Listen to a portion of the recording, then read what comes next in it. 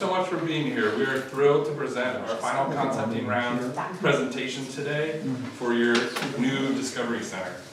And from the beginning, we set out to not just create a set of exhibits, but a cohesive experience across the campus and between buildings that includes telling stories, creating stewardship and moments of inspiration, and of course exhibits and interactive experiences as well. But more importantly, a comprehensive tapestry across this whole site that helps elevate awareness of all the wonderful things that are happening in this region now and in the past.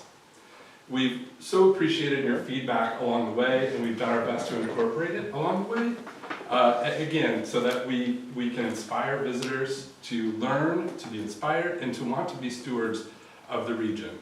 And before we get into the deck, I just wanted to say, on behalf of OMSI, a heartfelt thank you for entrusting us with this special project.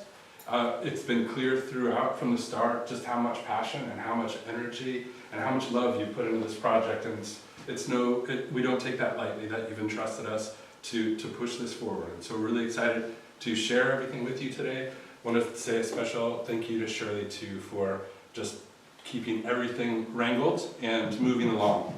So appreciate it. Two real quick things. David? Yes? We can barely hear you. Okay. Thank you.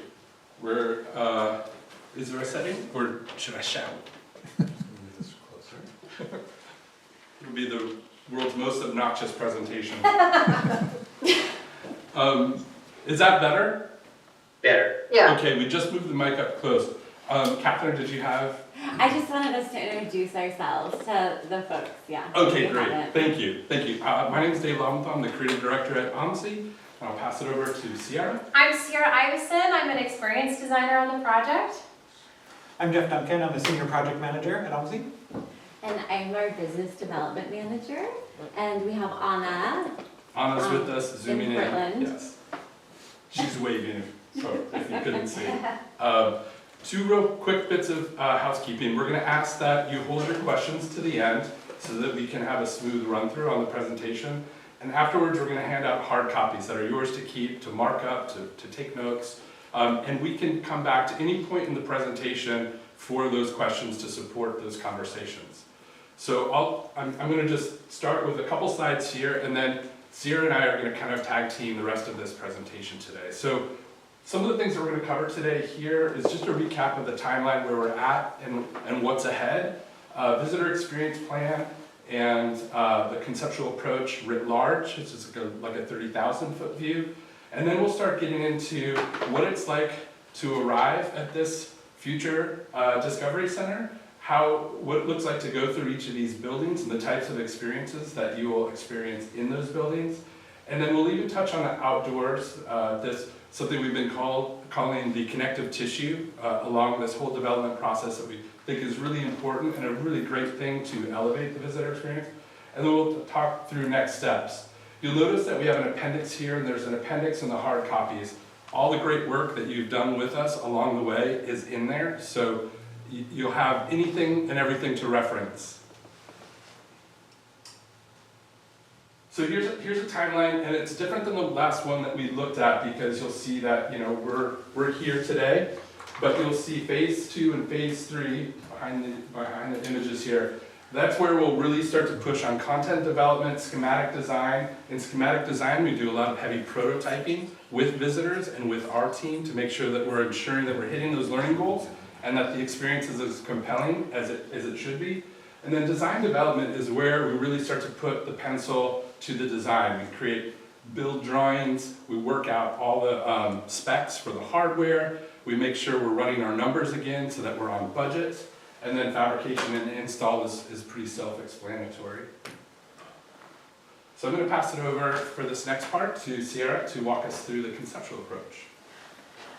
And I'm going to vamp for a second so we can move these figures so you can see the whole slides. But as we talk a little bit about the conceptual approach, I'm going to bring us all the way back to our card sorting. We gathered here at the beginning of this process and really came up with a lot of words for how we would describe this place and the content you're sharing. And I'm hoping you'll be able to see that thread all the way through what we've done. One of the big overarching things we came up with was this idea of McKenzie's palette. That it's not just one thing, it's layer after layer after layer of beauty and life and river and scenery, and that all these things together start to create this one big picture. So that's one of the core things in our conceptual approach that's gone all the way through our design metaphor in each space. Thank you, Jeff. Yes. So I'll try to go kind of quickly through the things that you all have seen before, but not too quickly. And to ground us is our concept, which we've called Today at the McKenzie. And this idea is inspired by this quote from Riverwater, the idea that the job of protecting the McKenzie will never be easier than right now. And so what's important to us in this concept is that we share with the visitor that stewardship of the river is essential to the future health of this region, and that a day at the river asks us to be present, to enjoy the force of the river, its inhabitants, present to appreciate the healing and peace brought by the area, and present to enjoy the incredible recreation, adventure, and play that's here. So the idea centers on this last line, that today matters, your visitor to the MRDC matters, and together the future for the region is focused. So to achieve that in the design, we started thinking about color inspiration. So you'll see some of these images we've pulled from you or from resources you've given us. And we've landed on an early color palette. The thing to say here is we're really eager to represent the spirit of curiosity and innovation here in the area, pull from the natural colors, as well as to stay emphasized on the urgent nature of stewardship. In our mood board, as we start to translate these things, you see the idea of the McKenzie's palette in the layered approach that we have started to put into all buildings, that these things build on each other. We also want it to be really tactile. You're here, you want to get your hands dirty. What's the version of that indoors? It's the ability to really touch and hold things. We want to play with bold structure. These are big, epic stories, and we want that to be mirrored in our spaces. And the evocative nature of the area is something that also really came up in our card sorting that we want to make sure is woven through every space. So, how do we then match that with what the visitor's going to experience? Visitor experience diagram is just one way that we illustrate the relationship between the exhibits, our goals for the visitor with stewardship, and what they're actually going to experience on site. So our idea to help a visitor get from not knowing anything about the area to wanting to be a steward of the area is to welcome them, to help build their anticipation of what they're going to experience at the museum, to help them learn through moments of immersion and moments of application and playing with the indoor and outdoor experience here on site, hopefully leading them to times in their day where they feel empowered here on site to do something and to leave with that sense of empowerment to be a steward for the region. Here's how that's applied to your map and some of the places we imagine. We want to build anticipation as they're arriving. They'll toggle between immersion and application as they go indoors and out. And we'll have moments of empowerment like our play area, spots on the pond that we'll talk about later. So you've got incredible content here, and we'll talk in more depth in each building what the story is we're telling. But in a high-level overview, when the visitor arrives, we want to greet them with this question of what guides you. Introduce major MRDC themes and the concept of individual stewardship. When they head into the hatchery, we're going to take them into deep time. We're going to think about the river, watershed, landscape, and fish stories before human intervention. When we go into the community building right here, we're calling that space Humans Here, where we zoom in on human impact of the river, and also how the river has impacted human life, that there's a conversation there. Finally, in the new expanded barn, we're going to share the story of drift boat innovation inspired by deep knowledge and passion of the McKenzie River.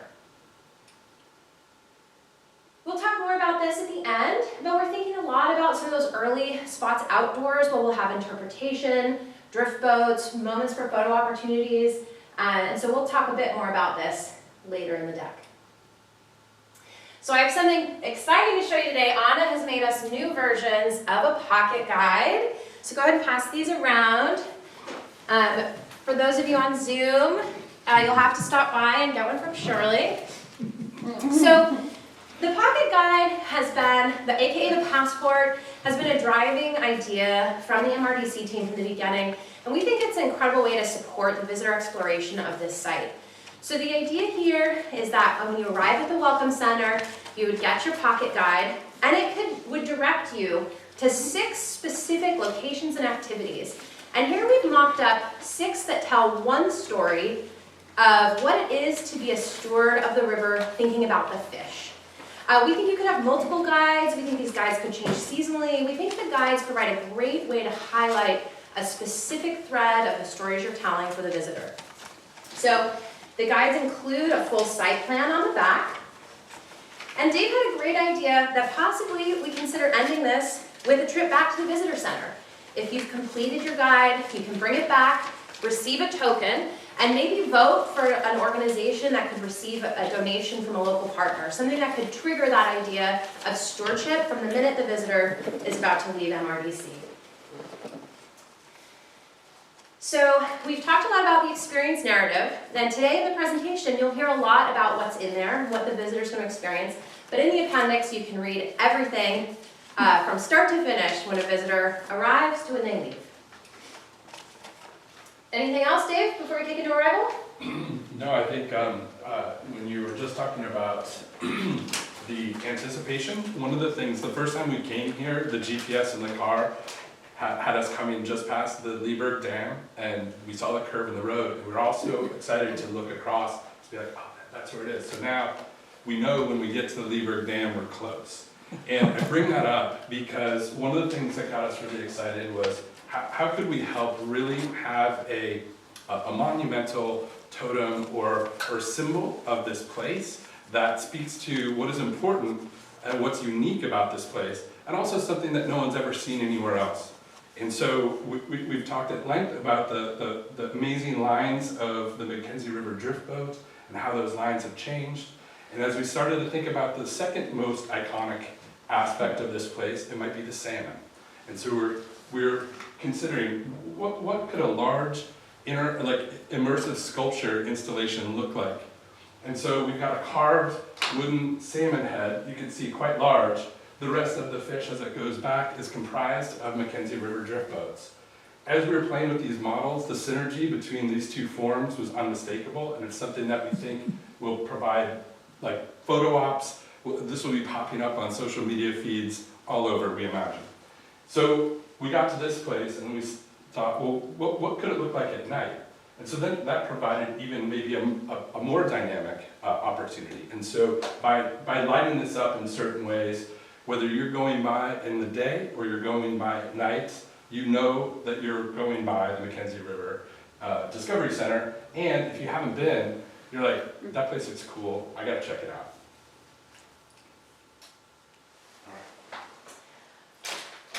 One last thing too to hit on in this area is the nature playground. One of the things we talked about in one of our site visits was, the opportunity to use the outdoor space here for a lot of play. And so this is one way we want to bring in a lot of the natural elements of the area, have a dedicated spot for some of that playtime. The Welcome Center has been a light touch this process as we've been understanding its relationship with Building 4, but the overall idea is that you'll enter into an introductory exhibit which will introduce our major themes and stewardship perspective. You'll go past the desk, we'll have a nice gift shop here. There'll be an area with further exhibits in the back corner, and one thing we've been thinking is allowing that spot to be an updatable space for local impact stories. Might start talking about the holiday farm fire and the impacts on the area and evolve over time. Then we'll have this additional space back there that will either be a theater or an exhibit space, depending on how things evolve in phase 2. You've also got an incredible opportunity for interpretation on the porch, and we see a lot of good opportunities there, possibly to talk about the area timeline, the building histories you see on this site, information about the Lieberg Dam, the view you're seeing, and how that might change in the future. And that's our arrival at the MRDC. Let's head into the hatchery. Dave, you want to talk a little bit about hatchery character? Sure, I'll just kind of tee it up. So the hatchery building, of all the buildings and infrastructure here, I know I'm preaching to the choir, is so unique. It's embedded with so much rich history and story.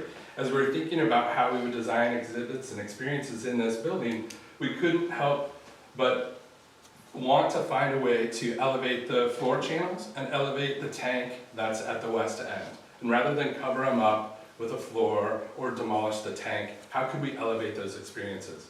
So we've conceived of what we think is a really cool approach to the floor, where there would be drop-in cast glass panels that would be frosted, so upon first look, they would blend in with the concrete floor.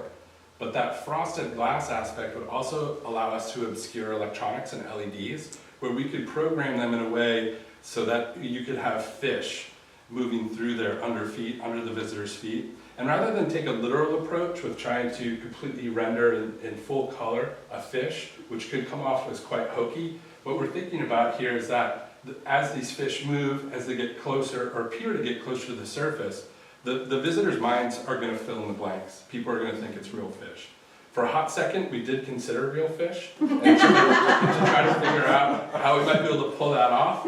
And you can judge by the laughter, like that was just not feasible, no matter how we tried. For the tank itself, also this physical structure, albeit simple but imbued with so much rich history, is what can we do to elevate the history and the stories that tank can tell, as well as just 100 yards to the south of us, the river itself. And so you'll see some things that we're conceiving of in that tank that we think elevate the history and nature of that form.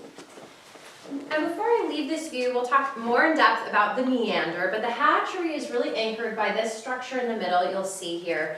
It's mirrored on the other side. One of our exciting opportunities for this building was to tell two distinct stories and give them their own space: the river, watershed, and landscape, and the story of the fish. So we wanted to build, back to those bold structures, a bold structure in the middle that can help us divide the space, provide two distinct spots for viewing Jesse's films, and the meander was born from that. So the idea here is you'll go down this 24-foot tunnel with a lot of room for content on one side, with an immersive projection on the other that really puts you in the spot. On this side, the perfect trout stream tunnel, it'll drop you right in the river as you're learning about the core story. And then as you come around the edge, here you can see some seating. You'll get a chance to watch a film. And surrounding it are interactive moments where you're going to start to apply what you've learned and expand on your learning. So we've talked about deep time, but the hatchery here is going to introduce stewardship through the lenses of science and natural processes, mostly before human intervention. So we're going to zoom out and look at the big picture in this building. Here's how we're translating some of those themes specific to this space. Dave talked a bit about the hatchery character. We want to think about that and some of the materials and shapes we use. We've also got sort of the curved screens, the fun pops of technology that we think will be a draw, as well as our approach to layering in this space. Here's a look from up top. So if you're going to enter from the south side, you'd come in and be invited into the first of the meander, the perfect trout stream side. Hopefully you'd go through there and loop your way around. If you came the other way from the top, you'd come in and similarly be welcomed into the McKenzie origin story side of the tunnel. Dave talked a bit about hatchery character, but to call out a few more things, one of the things we're playing with a little bit are some metal piping accents on exhibits in this space. We'll talk a little bit more about what's happening in the egg tank, but we're using it as a huge interpretation area, as well as the floor channels, all as a way to highlight the specific things that make the hatchery special. A quick peek at this floor plan. Now, we've moved a little bit away from this building needing to be super flexible, but the original idea for this was also that this could split in two halves if you were doing a big event in here. So we can explore the pros and cons of that in phase 2. We've talked a bit about the content, but here's the idea. Cover the fish, flora and fauna, and we cover part of the river, watershed, and landscape story, specifically the part before human intervention. We'll cover more in the community building. So I'll go through these without going into too much detail, but you can review them all. We call these see-do stories, and they'll share with you what we think the visitor might see, how they'll engage with it, and what specific part of the story that the MRDC has given us that it connects to, as well as the early stages of a learning goal. So here's the meander on the perfect trout stream side, and we really want people to leave that understanding the features that make the McKenzie River an outstanding habitat for many species, including the most vulnerable. Here at that fish tank, what we've talked a lot about, we want visitors to see scale models of fish mounted in an impressive tank that looks like it's cut out from a section of the river. There you can engage with this panel to highlight different species of fish in the McKenzie and learn about their features and their habitat.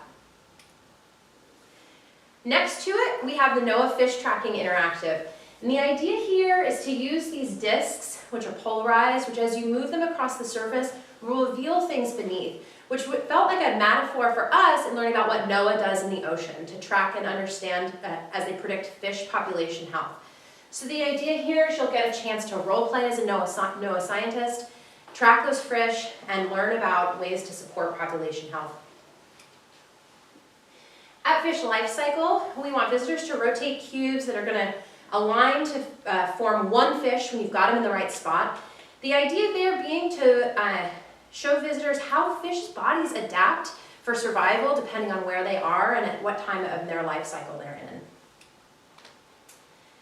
At Catch a Fish, we want to give visitors a chance to try their hand, observe fish, pick their fly, try their cast, and here we'll also sneak in a little extra learning about stewardship through considering policies for fishing limits and catch and release. Here's the tunnel at the other side, the same image, if you can imagine it. On the other side, we're going to dip into the river watershed and landscape story, and here you're going to experience the story of fire and ice and how the McKenzie River was formed. When you leave that meander, you'll have a chance to play with water's flow. The idea here is to riff on an old Plinko game, but to launch water drops up into the sky and watch how they flow through all the layers in the cascades and the lava pillows to come out and eventually form the McKenzie River. Next to that, we have what we're calling the tactile learning wall, where we really want to riff on this image you see here, where you can touch it, peel through the layers. And here we want you to reinforce a lot of that core material, how this landscape was formed, while also understanding what features you're seeing and how human and other natural caused disturbances may impact the landscape. Augmented reality sandboxes are extremely cool tools we've talked about with some of you here, but they work by projecting this image on top of sand or other objects that are in there that the visitor can move. And so we'll explore in phase 2 what the most appropriate learning goal is, but the idea here is the visitors can really get their hands in this and move the landscape and see how it might change things.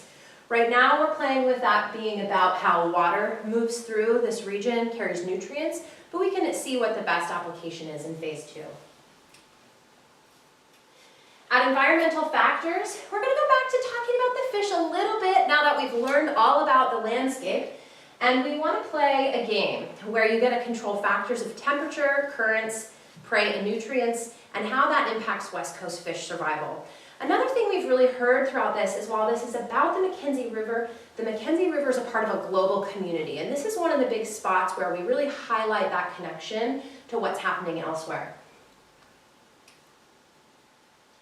Finally, on this side, we want to have a fun moment to get the visitors thinking about the old, cold, and constant water here at the McKenzie River, what an incredible asset that is to fish populations, but also how detrimental the change in water temperature can be at subtle levels to fish populations.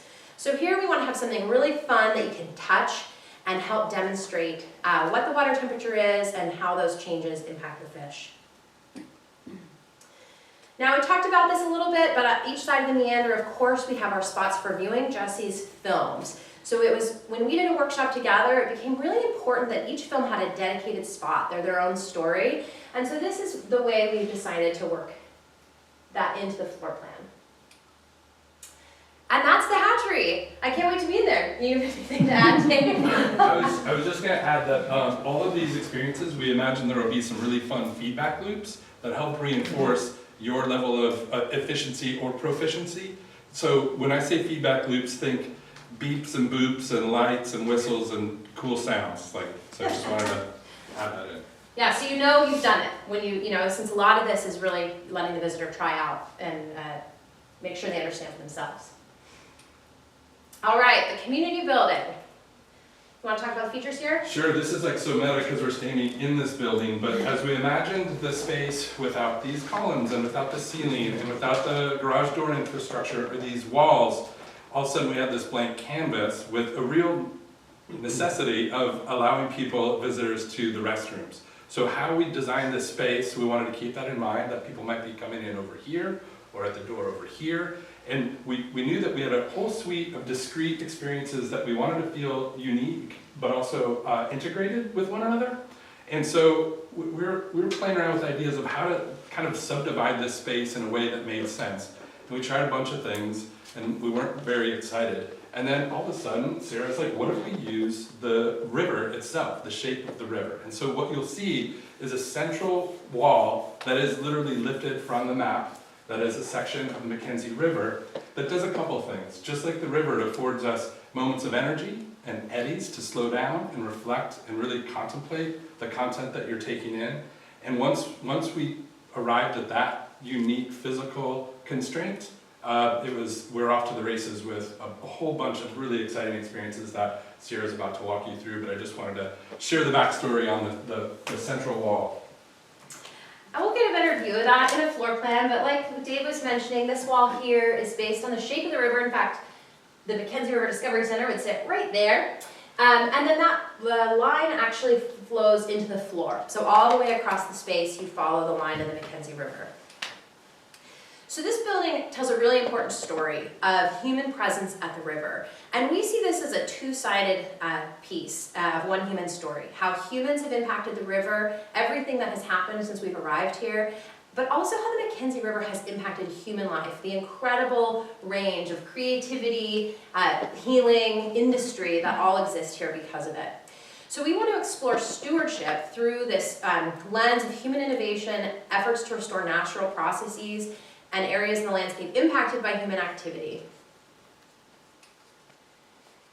So here we're going to apply our look and feel, but to this building a little differently. Our layers are getting a little bit more solid than we've seen in the hatchery. We're going to play with a lot of natural materials in here.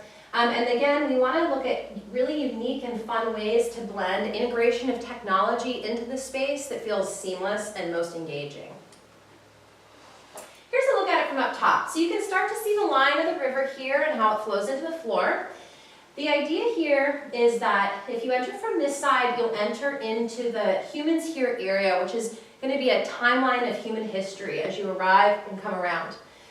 Here in the center is an area where we're calling Healing Waters, where we cover the content of how the river has impacted human life, past and present. And on that far side, that's our restoration and innovation area. That's where we take all the science we've learned about in hatchery and all the human innovation that we've learned about in this building and combine it for practical ways to help take care of the river and the region. Here we have it in a floor plan. One thing I forgot to note there is that this area also has a dedicated spot for the film in this building as well. And there's that map of what I was talking about with the content. Can you go back one side? Yeah. Yeah, Catherine is sitting right here right now. Yeah. Or Yeah. So this will be a movie screen. Yes. Catherine, yes. We'll be blocking that window. Good point. All right, so first up, we're going to start in that restoration and innovation corner, back that way. And here is where we've put the Forestry Restoration Interactive. It's special to us. We know that that building was the closest corner to the edge of the Holiday Farm Fire. And here we want to tell the story of restoring forest health, understanding the impacts, and to prepare for climate change. We want there to be a game where you can apply different land planning and learn about all the things that that can impact. Next up, we have the Riparian Restoration Station, and here, ooh, too much rhyming there. The Riparian Restoration Interactive, and here you're going to receive a prompt to try to restore a zone on the river, and you can align these big discs to sort of create the ideal habitat for the prompt you've been given. Last on that side is something we call the changing river, and we imagine this being a table with sliders on each side, one where you can go back in time and see how the footprint of the river has changed with human intervention, things like the Lieberg Dam. The other slide will take us to a possible future for the McKenzie, to think about how all these things we're doing to impact the river might change its footprint in a different way. Now we're on the back side of this wall, which is our interactive timeline wall. And one thing we know and we've also discovered together as a group is it's important to keep timeline history is really engaging for visitors. So we want to play with a lot of different modalities as you follow this wall around to touch, listen, and explore as you learn about human history on the McKenzie River from our earliest indigenous presidents to present day. Inside the Healing Waters area, we got some great feedback from the group after round 2, and so this was the art gallery. We want to change it to what we're calling now the Inspiration Gallery and make it a lot more dynamic. We imagine a wall full of layered light boxes that really pop out and create an engaging moment for the visitor. And we're going to fill these with people and images that are inspired by the creativity, beauty, force, and magic of the river. I've also just learned, as of a meeting a week ago, the history of celebrity on Hollywood you all have out here. So we might have to share some of that story here as well. On the opposite wall, we have what we call collaborative river poetry. And I actually went back to our card sorting. We pulled a few words out that we came up with there. But the idea here is that each visitor can contribute a word at the kiosk and watch it flow into the other words at the river, creating a real-time poetry river poetry, reflecting the views of your visitor. And this sort of collaborative moment is a really wonderful way for visitors to see what they take away, that they're a part of a larger story, and also the range of answers. What I might see as respect, Dave might see as beauty or adventure, and those are all a part of this palette of things that create the McKenzie. So this is another way we're trying to reinforce that story. And next to it, we've got a quiet or loud moment we're calling the end immersion, where you stop under a directed sound cone and just hear the sounds of the river, to separate out all the other things and to see what you notice when you're in a sort of focused and special moment. Of course, we've got the film viewing here, where you're going to pause and learn more in depth about the human river culture from prehistorical to contemporary residents. And that's the community building. Anything I forgot, Dave? No, just that the sound experience, you know, right adjacent to the inspiration wall. We imagine if visitors want to take a trip into a meditative space, they can. They want to take a trip into an inspirational place, they can. They'll be surrounded with multiple senses, and that's something that we're really excited about, because going back to the original card sorting exercise we did with you all, those themes kept coming up.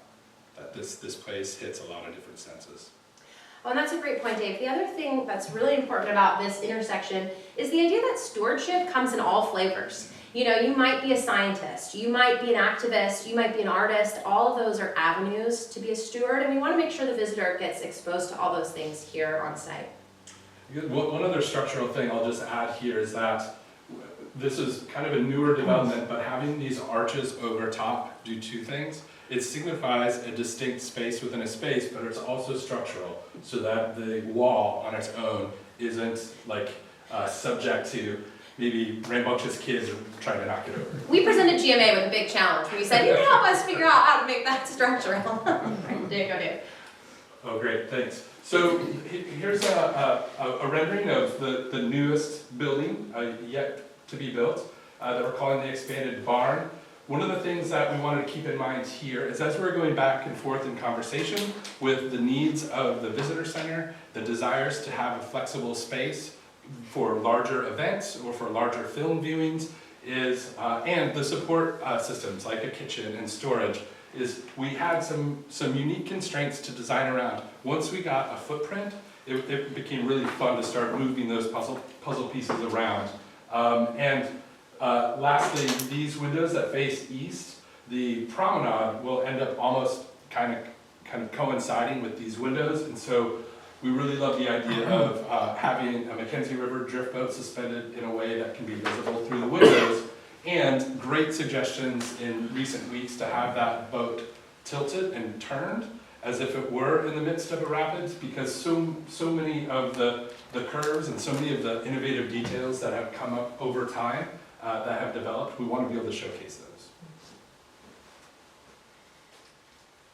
All right, so the story here, the visitor's gone through the scientific and anthropological stories of the McKenzie, and now with that in-depth knowledge, we want to ask them, what have humans made and innovated to come closer to the river, and what might they make as stewards of the river? So this expanded barn we see as sharing the story of human passion and commitment to the area and what incredible innovations have come from that knowledge, like the McKenzie River Drift Boat. In translating all of our themes to this space, we wanted it to feel almost like a maker space, getting everyone excited about what they might bring and innovate while they learn about the guides and figures that have been significant here in innovations in the past. The other piece is we were really inspired by this particular image as a way to think about dynamic modular pieces that could get moved out of the way for events in this space. So you'll see our version of those. Here's our floor plan. So we imagine there being a large multimedia space here that may or may not show the full welcome film. We're going to sort that out. Visitors can enter here. We've got a kitchen with a big set of doors here. So if there are things that are happening outside, the boat building workshop might happen in the terrace that could get through and have some storage. We've got the bathrooms. And then you're going to flow through this space as you learn about drift boat innovation. So we're going to tell two major stories in here, the drift boat evolution as well as history of Native American watercraft. And then we're going to learn a lot about running the rapids, both the science and how it actually works on the river, and experiencing for yourself a McKenzie River drift boat ride down Martin's Rapids. Here's a look at that from up top where you can see our boat. First up on the interactives here, we've got what we're calling the Material Innovation Interactive. And the idea here is to let visitors get really hands-on, understand why plywood was such a major innovation for the drift boat, but also keep thinking about what materials might come next for the future, how materials are inherently tied to place, and what all those things have to do with innovation. Opposite it, we're going to go through the Boat Innovation Interactive. And here we want to really dive into this story that form follows function. Behind all these phases of drift boat, we have a story or stories of people who had a different need, a different discovery, and how that changed the boat over time. In the center of the space is something that's really a culminating interactive. You could do it at any point in your journey, but you might be a little more successful doing it later on, and we're calling it Protecting the River. And here we want you to leverage all this knowledge you've learned to role play in a game on one of those touch tables like we saw in T-Rex with the kids all around, where you can take on a challenge to protect the river. You might be able to role play. Maybe one's an ecologist, one's an activist, one's a guide, to make choices and reach the end together. One line from your script that really struck us from this was this idea, understanding human river culture and consider future sustainability of the resident cultures. In the corner, we have the much-awaited Martin's Rapids virtual drift boat ride. We've got all kinds of things we're excited about imagining here, maybe tension in the oars, how it would be responsive to what's happening on the screen. Next to it, we want to look at the rapids from another angle. We're calling this one Navigating the River. And the idea here is to understand how obstacles in the river change and create the rapids, how things like a fallen tree might change it from day to day, and then also how the boat is designed to go down the rapids and navigate them. We've got an area here, a long wall we're calling Stories from the River and Hall of Guides. And the idea here is to have a really engaging space with photos and audio with handles and names. And as you pull out the handle, you're greeted with a life-size guide there with you. And one of the things we wanted was the opportunity to really feel the presence of the people and characters that make up this space. And so here you'll get a chance to listen to the stories, see photos, and experience the guides as close as they can if they're standing in front of them. And that's our expanded barn. Is that photo actually on the McKenzie? I believe it is. I tried to pull something that was connected to the MRDC in some way, and I was a little worried. I suspected this room might know who this person is. But I believe I tried my best to source a McKenzie photo. It just doesn't look like anywhere I recognize. All right. Launch a boat quite like that. You know, Maybe it is. it's a good point. I tried to do my research, but I'm moving a little focused on other things here, but we can take a look. It's possible. If I'm wrong, I'll swap it. All right, outdoors. So Across the site, and taking us all the way back to our visitor experience diagram, we want visitors to be immersed and engaged in this story and then have practical opportunities to apply what they learn.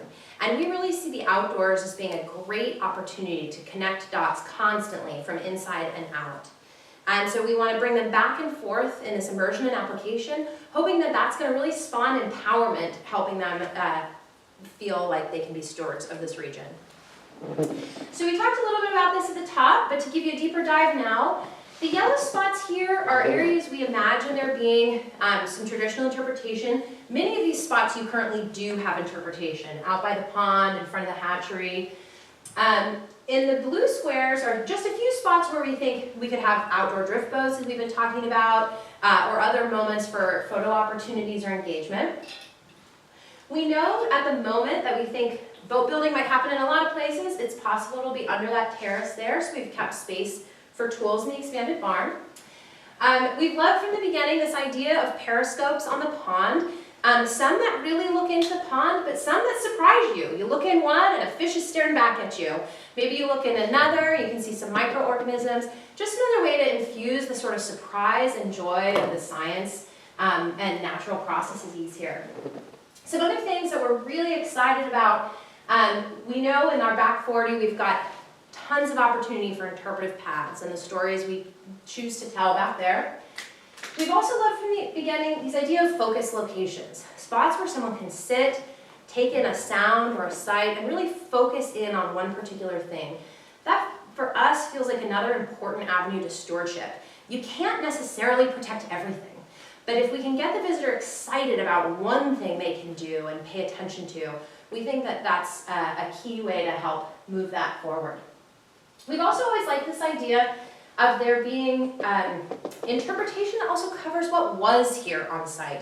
Maybe types of flora and fauna that are no longer present, helping us understand and drive home the importance of maintaining what is here today. And then we'll talk about it on another slide, but we're really excited to have interactive salmon run stations where you get to role play as a salmon and face some challenges in trying to get home. Like everywhere else, we want to apply our big themes to the outdoor area. We want to keep that layered approach. We think there's a lot of fun ways you can do that outdoors. We want to play with our tactility, even in a new way out here. We're sort of liking the negative space, letting the natural area be the shining factor, and then keeping it dynamic while appropriate so that it's really letting the outdoors do the talking.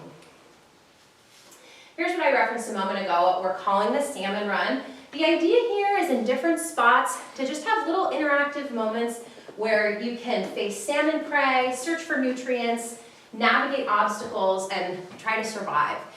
We think there's really fun ways to engage the whole family in this, and possibly digital opportunities. There's a lot of popular location-based apps that we could tie to these spots.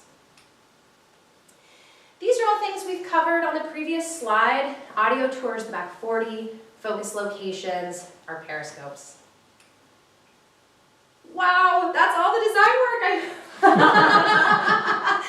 All right. So, we've talked a lot about content refresh, and we know that it's important to you all as the design of this museum evolves that you can share new things. So we want to just hit on a few spots where we're thinking about that here in phase 1, and really the importance of getting really specific about it in phase 2. So we put on here the top bullet point, we're going to look to you for guidance on how often you imagine that happening, the budget for that, and how that's going to be implemented. In phase 2, we can explore exploration of panels and building materials that could allow for simple changes. And in all spaces already, but we'll maintain it, we're trying to keep these spaces flexible and with a lot of movable elements. From a storytelling approach, we see a great opportunity for these pocket guides to change seasonally to focus on different aspects of stewardship across the site. We also think the Welcome Center hallway can rotate to tell different local stories as it relates to climate change or another issue, and as well as everything that's happening on the full outdoor site, seasonal audio tours, other activities and programming that can happen outside.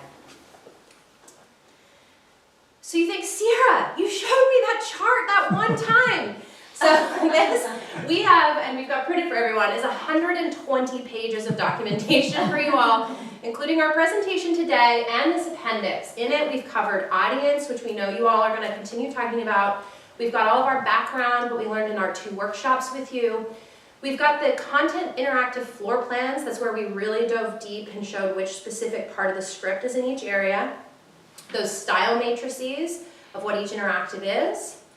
The story matrix, that Excel PDF that tells you what part of the story each interactive is tied to. Shirley, I threw in the preliminary electrical floor plan we gave GMA, just so you have it, as well as a 5-page single-spaced narrative of everything you've heard today. And before I hand it to Catherine, I just have to thank you all so much. This has been absolutely the privilege of my career so far, so thank you. Yay. So we know that that's a lot to digest, and you'll have time, but we did want to just mention that we're already thinking about moving forward. Shirley and I have talked about it. I know we've talked about it with the core team about what phase 2 includes. And so this one just this slide just quickly kind of tells you, and Dave touched on it earlier, what will be involved in phase 2. So we'll do more content development, which is kind of diving deep on each of the subjects and really honing in on the content that's going to be displayed in the interactives and copy panels throughout. So we'll end up with a content outline and another matrix, an interpretive matrix this time. And then schematic design, like Dave said earlier, is a structural plan for the individual components. So we'll continue to build out detail, and this will also kind of help us understand what's feasible, what's not, what we need to prototype. And then we'll also do some video integration. We'll start working really in earnest on graphic design, which will include application of the color palette as well as the interpretive hierarchy.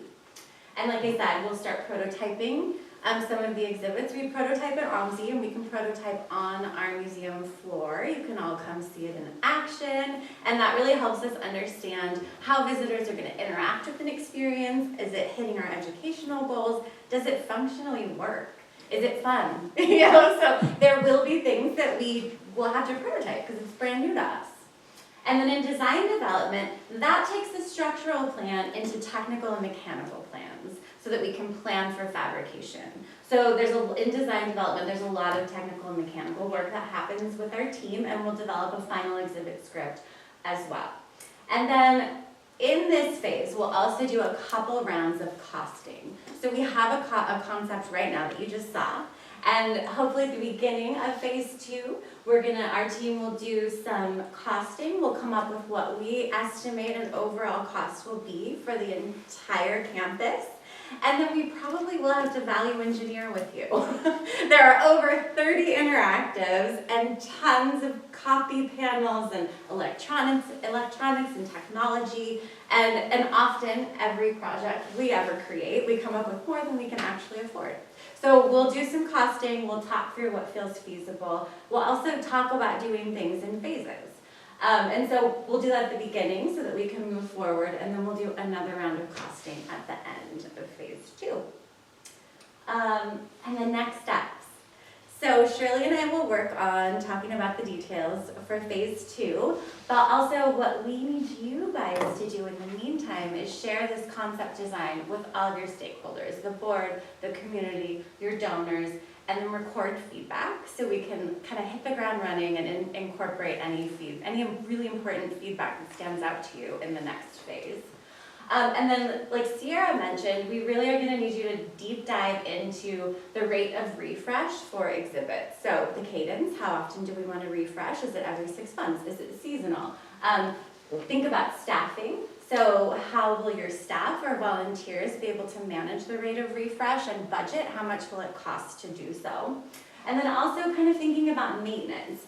And we think about maintenance, we'll really start thinking a lot about it in phase 2 because we'll have to think about the functionality of the exhibitions, how much technology is involved, and who you're going to have around to manage that. And then for sure get really solid on primary, secondary, and potentially tertiary audiences. Because audiences make a big difference. Is a table going to be small for smaller children? Is it going to be, typical for adults? At what level are we going to be presenting content for younger children, for teenagers, for adults, for everybody. So audience is so critical as we move into phase 2. It helps us really focus our efforts.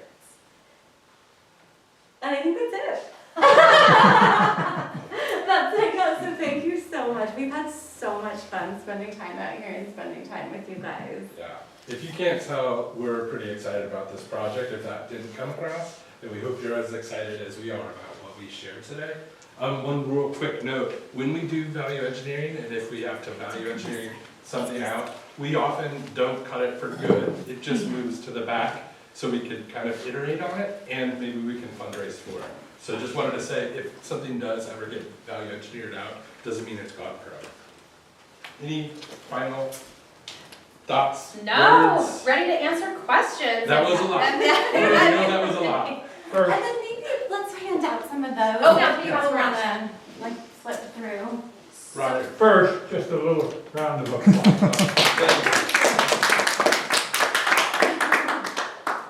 Shirley, we've got 3 big ones that we want to keep for you to share with people, and everyone's allowed to look through it, and then we made a bunch of 8.5 by 11s in color for everybody to take home. So I've got a question here. Have you thought at all about the water wheel?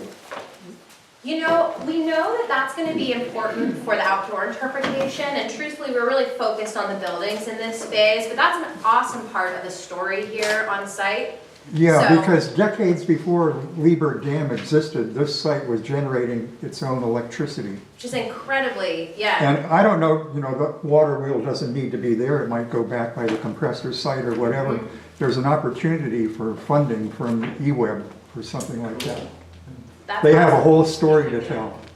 And they're not involved in this project. I think you're fine. They should be. Good point. That would be cool. I mean, as much of the history of the site, especially the mechanics and the working operations that we could preserve, we would love to do that. Yeah. Another thought about outside, I really like the blending of the drift boat and the salmon, but there was it looks like a pile of concrete or rocks out there. I'm wondering if you guys could combine lava and water somehow, the way you did salmon and boats. That would be fun. Yeah. I know you can't have kids playing on lava because it's dangerous, but That's right. We could watch. Awesome, thank you. Yeah, thank you. That's a good idea. So, is this the discussion period? Yes. Fire away, Steve. Okay. This morning I reread the vision statement from 2007, and I do that often, and I just want to say, if I could have imagined in 2007 a presentation like this, I would have been delighted. I think that you've really hit all the points and then added some, particularly the healing waters, which was not a part of the original vision. So that's a compliment. And I'm delighted by that. 2 technical points. One, I was thinking about actually this experience is hitting a pretty high level intellectually, mentally. I'm thinking about the children, and I know you are too. Marty at the library at Lieber had a display for dinosaurs, and from Andy from the Museum of Natural History down on the campus. But Marty, I think you'll agree with this. One of the things that all the kids were involved in, there's one thing with there's a box that has artifacts of dinosaurs, and they're all covered with little plastic pieces. Mulch. What Mulch. Mulch, yeah. That's where all the kids go. I mean, it's Yeah. quite simple, but they love it, and they just dig through all those things till they find the bone. And so I'm just saying that in phase 2, I think one of the challenges would be to find some exhibits that step these sort of heady concepts down to a point where the kids can get their hands on and actually do that, and that's really gonna be a challenge, I know that. But if that's true, then we expand the reach of this presentation to include the children. But maybe from grade 3 through, maybe grade 2 through 7 or something like that. The rest That of was it, the audience piece that Catherine was Exactly. talking about, Yeah. making sure that we nail that down. so that was one point I was thinking about throughout the presentation was, to be able to have some exhibits that pull the kids in a participatory way. The other thought is, I talked to Jesse for almost an hour last week, and he'd just gotten back and he met Lori Whitecamp over at Newport. And Jesse was just on fire. It was a marvelous presentation. She was as engaging as I thought she would be. I've never met her. But I guess my point is that to see the films converging with your work, I think that becomes critical, and I'm thrilled with what Jesse's going to have in his films. But in phase 2, I think it's important that we really converge these two, so that the films that are going on in the theaters pieces are going to be, people are going to have two avenues of understanding, and that they're very complementary. And so I see that happening in phase 2. Is that correct? Yeah, and we've already started those discussions. We had a great meeting with Jesse last week. So I guess, of course, Jesse hasn't got his films done yet, so we're still assembling the bicycle while we're trying to write it, and that's always, that's creative, and that's a creative thing. But Jesse's going to get out on a boat, and they finished some of their work after 2 years in the ocean, that international effort. And that's powerful. This is information that isn't available anywhere else in the world. People are going to come here to look at the future of salmon survival based on information that nobody has yet. And that's powerful. This is going to make this a very unique place. Agreed. And so I guess I'm just saying that the convergence of the films and these exhibits becomes critical, and we'll have to think about how often Jesse's going to have to get involved in the design as well to make sure that convergence occurs. So, marvelous job. Thanks. And I just want to reiterate that we're on it with Jesse. I think he will be done with his films before we're done with our exhibit. So it'll be great to have those so we can ensure it's all aligned. And I was gonna say, even visually, no, right there, Roger, but, he showed us the early animations he's working on. And so, we want everything to be seamless for the visitor between film and exhibit, from what they see to what they learn. Well, and my point's not new. Of course, Jesse has been participating on the Thursday stand-ups. Yeah. I'm just saying that when we come to phase 2, I would personally like to see a kind of a specific plan for how we're going to converge those efforts. And we often refer to that as a ping pong on our design team. And so even to Sierra's point, when we were learning, we shared some early thinking about a graphic approach and an animation approach like a month ago. And then he was able to show us last week where he's at. And as soon as it popped up, we're like, yes, we're aligned. So, Well, and Mandy's point a month or so ago was about seeing more digital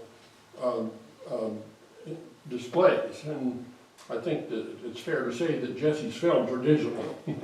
agreed. And so that is the way that I see that convergence occurring, and so that the physical displays you're doing are complemented by the digital films that Jesse's doing, in addition to others that you're going to have. So, Mandy, you're on, and I hope that is consistent with your comments a month or so ago.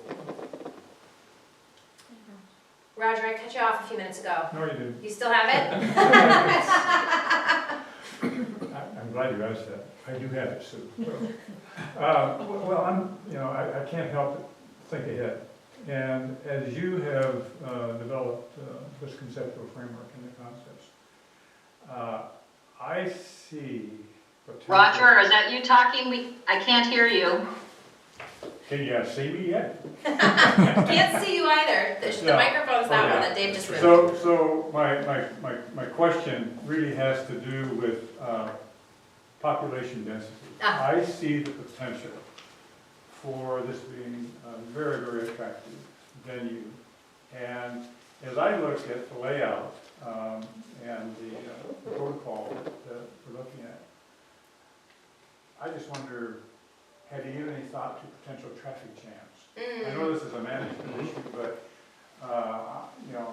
I get into the weeds real quick, now I'm looking ahead to the population density of people here. Yeah. And so how are you factoring that into your thinking? Well, like just in this building, when we were describing that center wall display and that idea of like rapids and eddies and creating moments for pause, that we think about this all the time because throughput is critical to a successful exhibit.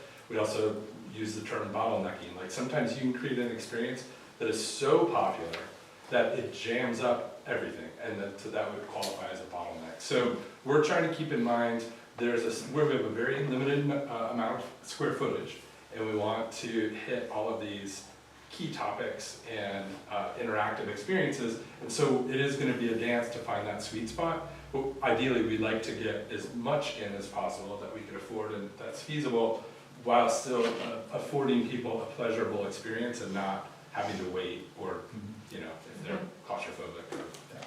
And some of it too is that, I would say all the floor plans had this in mind.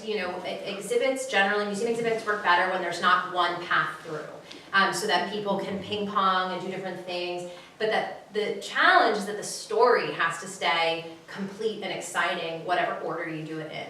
So even though this was presented in a fairly linear fashion, all this is designed so that you could come in one way, go out another way, hit one, go back, come back in. That also helps the throughput a lot. And with stuff like Martin's Rapids, we imagine that's going to be really backed up. One person can do it, it's going to be popular. So we kept a lot of clear space in front of that wall to try to just leave spot in those bigger areas that we anticipate. So we'll definitely keep an eye on that too as we move forward.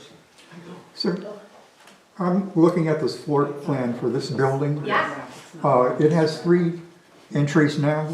Is it going to have 2? Or will it still have 3? So it'll be here. Here's my flight attendant hands for Yeah, you. yeah. This original door, and there will still be one door that can let people just into the bathrooms in case it's after hours. So if that counts as your 3, that's where it is. Yeah. We're not moving forward with these garage doors, Yeah. but I think did we decide we are keeping the one in the other space? We're gonna cost it. We're gonna cost it. Yeah, Okay. We're gonna keep it in now and cost it. yeah. Well, I have some questions about it. What I didn't see was anything about the actual hatchery building and how it functioned before electricity, after electricity. There's just an enormous amount of science that went on to get this thing working before electricity.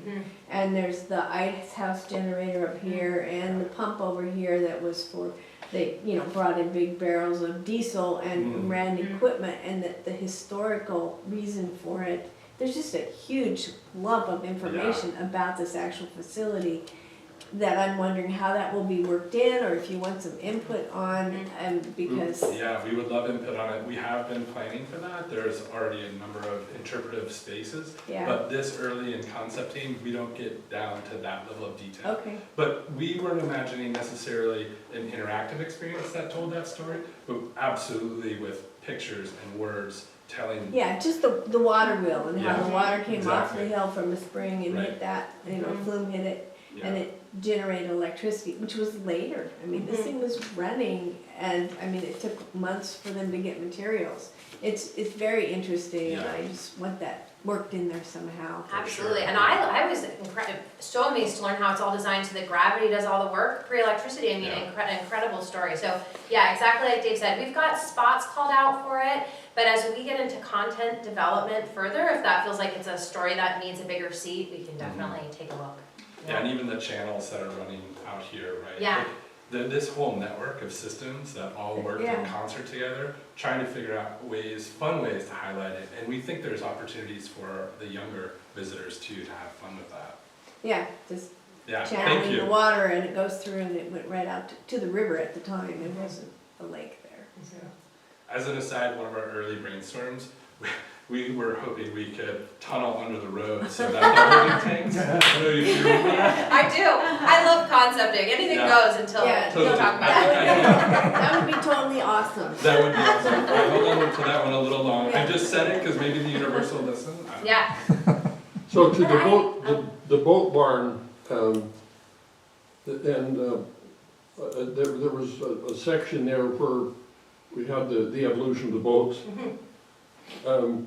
What size are those? Does that mean Roger's got to go to work and redo them all in a different scale? No, what we will just need to find out is what size the existing models are. I was just kind of blocking things in there. But the idea is along that wall, we'll have those models.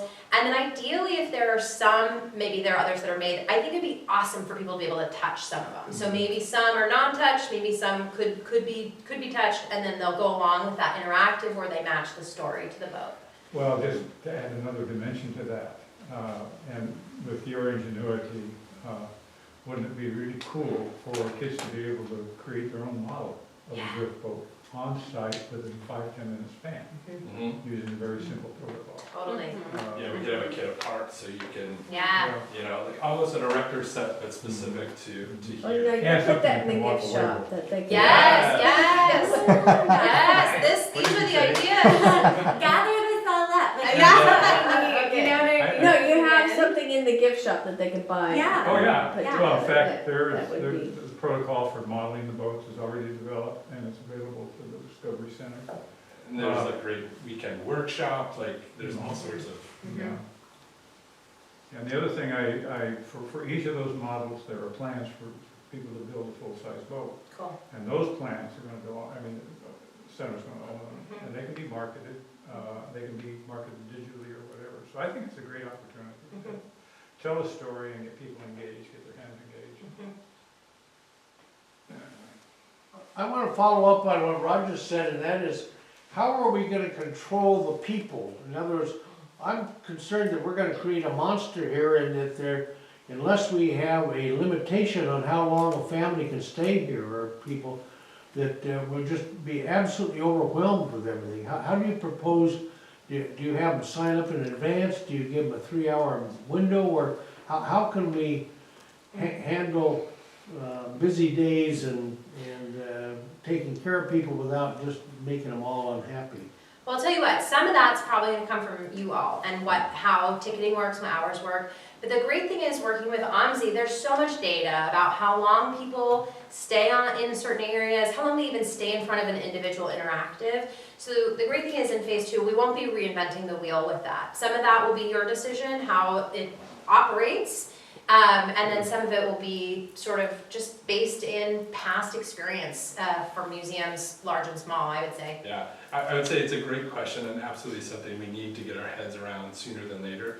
A couple things that we've been talking about through this whole process is that for 8-9 months of the year, you've got 40+ acres of really amazing space that we haven't even really pushed on yet. So that there's these relief valves that are equally as compelling that we can build experiences to really stretch out the square footage. The other thing is like certain times a year, we also, on the flip side of that, we know that people will probably want to spend more time inside. So yeah, it's a great question. It's something we've been considering for sure. A zip line might take care of that. Yeah. Are you zipping them in or out? Across. And not to be flippant, but like that's a really good problem for us to have to solve. Yeah. Yeah. Yeah, Marty just reminded me, surely you might have remembered too, with Epic in Ireland, they actually sold tickets for different times of day. Yeah, yeah, and we prototyped over spring break this year a digital system that works on people's phones. There's a number of different things we can explore. Right. I like that. There's ways to manage that, I think. Yeah. I hope we have that problem. Yeah. Yeah. We do too. I also want to thank you for the passport. Steve and Shirley and I have been to Epic, and that's where this originated. That's right. Awesome. So can you talk a little bit about the audio tours and how they could change? Oh, sure. I mean, I love, so there's something called a geospatial audio tour. Right, It might be right. that, but the idea is it's actually pretty simple. I've made one myself, which I'm not an audio engineer, but you can, if someone's wearing Bluetooth headphones, which most people have with their iPhones now, you can scan a QR code, start a tour, and as the visitor's in a different spot on the path, they might hear a different part of the story. That's great. Yeah, so the Yeah. idea, you know, if we're gonna show, you've got a lot of amazing forestry restoration happening up there. You might have a story about forestry restoration, and as you get to a specific spot, you can anchor part of the story. And I think those might be a really great changeable option, where you record a new story. You've got some massive storytellers here already in your videos, so you could tell different seasonal stories about what visitors are seeing, life cycle. I think there's a lot of opportunity. Yeah, just to build off of that salmon run, outdoor interactive Right, kind yeah. of obstacle course, Yeah. we had talked about at different places there being a QR code just to up level, right? And so you could like scan something, learn even more about what that experience, what you're experiencing physically and how it relates to the salmon lifestyle and their commute. Yeah, good And stuff. actually now there might be a great story about how the hatchery used to run. You start at the creek and make your way down, and hear at different spots stories about how that was engineered. Yeah. So when does phase 2 start? When do we start? That's I'm gonna look at Yeah. Shirley and I are. You go ahead. Well, we're gonna have to do a little bit of planning, we're gonna have to do a little bit of costing, you know. Phase 2 will start when we have a plan on paper that we can Yeah. sign off on. So that's you and Catherine doing some stuff. Yeah, and I mean, at least from my perspective, I haven't really bugged these guys about phase 2 until we get through phase 1. And they've been working diligently to get us to this point. And I think as a board, we need to take a minute, we'll need to carve out some time for us to talk about, is this what we envision? Is this what we want? Is this is not, this can change. So as we work through it, we're not gonna be blinders and say, oh, we said we were gonna do this and we're gonna do this. This can change, there's some flex to it, but I see this as really our foundation. And once we all say, yep, we're good with this foundation, that's when phase 2 starts. So I'm focused on fundraising, excuse me. And I want to take a story, probably in a video form, 20 minutes, that I can present to people, and at the end of the day convince them it's time for me to write a check. I can't take this is too much. And I really don't want it to have to make the presentation. I'm thinking that in some type of a video or something is the way to do it. You've had experience with that. But you know, I want to close with them so excited they just can't find the checkbook fast enough. It's a wonderful story. Yeah. Can you help us with that? Yeah, sure. I mean, the other thing too is in the back of the appendix, that written narrative that Sierra was telling you about. While it's 5 pages, there's a lot, like, that's the whole presentation is kind of condensed. Now it's words, so, but if that became something that, like, supported a video asset being created. Yeah, there are a couple ways we can do it. You know, you can take the 120 pages and pick pieces out. We're gonna give you the digital copies, so you'll have all of the files. You could hire us to do it, you could hire someone else, you guys could figure out how to do it yourselves to kind of create a much shorter, more succinct, to the point, exciting deck or video. I mean, it could be cool to integrate some of Jesse's video, right? Like the video that you already have along with some of these renderings and sketches. So there are a bunch of ways you can go about it. Thank you. Yeah. Roger. Well, I was just going to say, of course, we need to have discussion, but one of the things early on, and Steve may remember this, but there was some resistance to the idea of a museum, and a lot of that had to do with lack of understanding about what's really going on and how is this going to benefit me at all. And I do think in my mind at some point, before we really move on to phase 2, is to spend some time bringing key stakeholders within the community together and share this with them beyond the framework of our board and others who are aware. Because as far as, and I'm not a part of the community, but I see this very much as community-based. And one of the concerns very early on was that this effort would become an endpoint for visitors as opposed to a vehicle to move people out onto the river and up the corridor, so that businesses see the economic benefit of this, that they have a vested interest in this, and we've really not given that a lot of thought in terms of how to do that. Well, you know, Roger, when this place was falling down and the county decided to preserve it, the rationale was that from this site, we would show people what was available east and west, and they could either spend more time on that particular vacation while they were here, or they would have a reason to come back again. So that's been part of it from the start. And I think that's something that could also be a really good use of the pocket guide. You know, the guide, we talked a really early idea that maybe the guide is also helps act as a springboard to the region. We've narrowed the guide to be this site because there's going to be so much already here. But I think there's lots of opportunities to think about that. Well, I think Roger's exactly right, because one of the criticisms of the project was you guys have been talking about this for 15 years. And nothing's happened except you put a sign up in front. And I think, Ken, it's at least time to touch base with the McKenzie Valley Chamber of Commerce, for example, and do that kind of outreach and say, hey, this is going to happen, folks, and we've been doing our diligence, and here it is.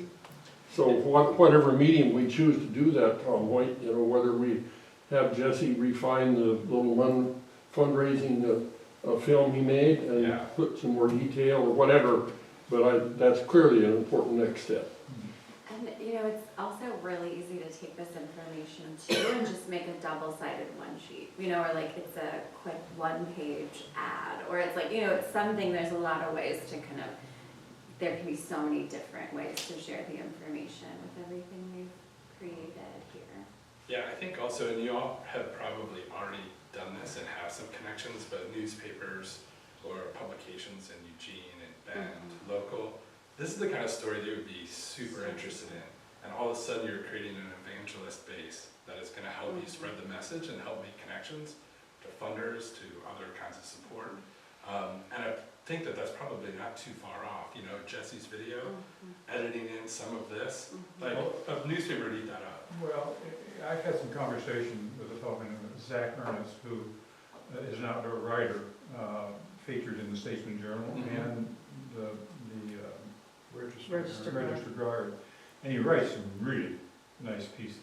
I find him very, very effective.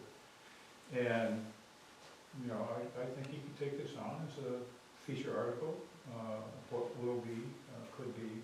But I think you're right.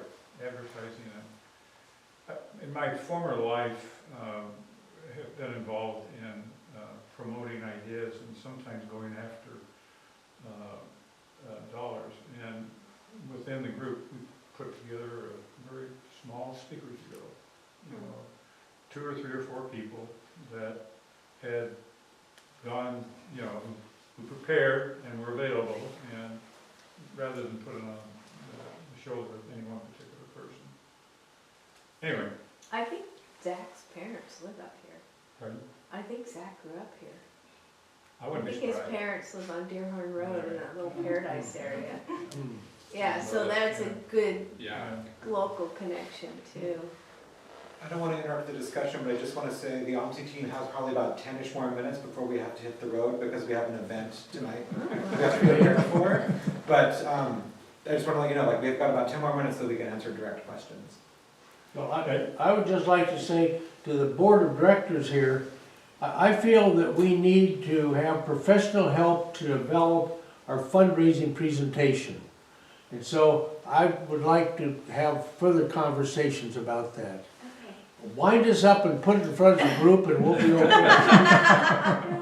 Yeah, there are ways to do that. Shirley and I can talk about how you know. We'll talk about that, and we'll talk with Casey about that. Thank you. Yeah, yeah. And there are a couple things we can do on our end too. I think the leadership team at OMSI would love to see this. Yeah, we're gonna share. We're working on our next 5-year strategic plan, and a big part of that, like at the top of the list, is really extending our presence across the state. Thank you. Very good. So Jeff, you're driving, I understand. I am. Yes. We better feed those fish. Wait, does Gina, Mandy, did anyone on the call need to say anything?